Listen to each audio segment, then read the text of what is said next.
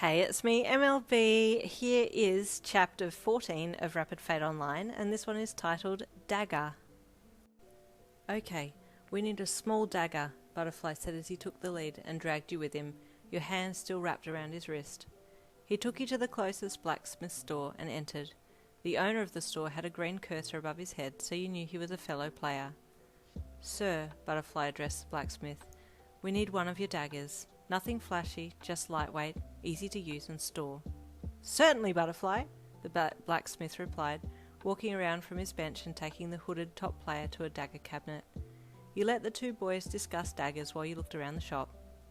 Whoa, this is really cool, you thought, looking at all the different types of knives, swords, chains and other weapons. Do you own this shop? You asked the blacksmith as he picked a dagger out of the cabinet and handed it to Butterfly to test. Yes, I do. I make all the items here myself, he replied proudly. That's really cool, you told him. You're a blacksmith, right? How do you become a blacksmith? Well, I started as a merchant and changed classes when I had gained enough experience, he replied. You need to be level 10 to change classes. You started as a merchant? You asked excitedly, stepping out of the way as Butterfly tried different moves with the dagger. Here on, try this dagger. Tell me if it's comfortable and light enough for you to use, Butterfly said to you as he held the dagger out to you. Okay, you said, taking it awkwardly in hand and waving it around like you were waving a flag. The blacksmith and Butterfly just stared at you. He looked at each of them before doing a few tentative fencing-type lunges with the dagger out the front. Ugh, kill me now. I have no idea what I'm doing. What I do know is I'm making an absolute fool of myself in front of two very capable people, you thought. The two perplexed spectators continued to watch you as you waved the dagger around like a gymnast with a ribbon. Yeah, this is fine, you finally said nonchalantly as you handed the dagger back to Butterfly. Okay, he replied, taking the dagger while watching you dubiously from under his hood.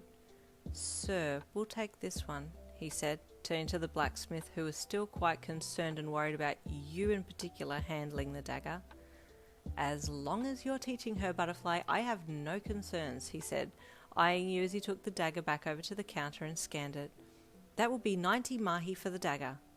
I've got it, you said excitedly, pulling your arm out to stop Butterfly, who was about to pay for it. You swiped your menu open and typed in the amount of mahi you wished to withdraw and pulled a small pouch of coins out from what seemed like your armpit. Where the heck did they come from? You thought as you handed the mahi over. You bent your head back down and raised your arm, looking to see where that pouch had come from. Miss? The blacksmith asked after he cleared his throat. You looked back at him. Yes? Oh, dagger, yes, thank you, you said quickly, taking it from him and holding onto it awkwardly. The blacksmith just looked so done by now, and you and Butterfly left the shop, much to his relief. What a weird girl, he thought, as he shook his head and went back to work. Let's stop here for a second, Butterfly said, pointing to a seamstress's shop. 10 minutes later, you and Butterfly emerged from the shop, with you sporting a dagger pouch around your waist, made from some of the rat's fur that you had collected on your hunt yesterday. I feel like a pro, you said happily, walking beside him. Well, you eyed his very expensive-looking chain-whip sword that was strapped to his hip. Maybe not pro, you added. Hey, that reminds me. Why did you pick that particular sword? It looks hard to use. I just find it easy to use, he said, not looking at you. Was he going to say quirk? Is his quirk to be able to produce bendy swords from his hands or body? That'd make sense, you thought. You walked on in silence for a bit as you headed out of the city and across the field to the forest nearby. There are monsters here that have a higher EXP experience and will give you more mahi, so you'll be able to level up a bit faster, Butterfly said to you as you both entered the tree line.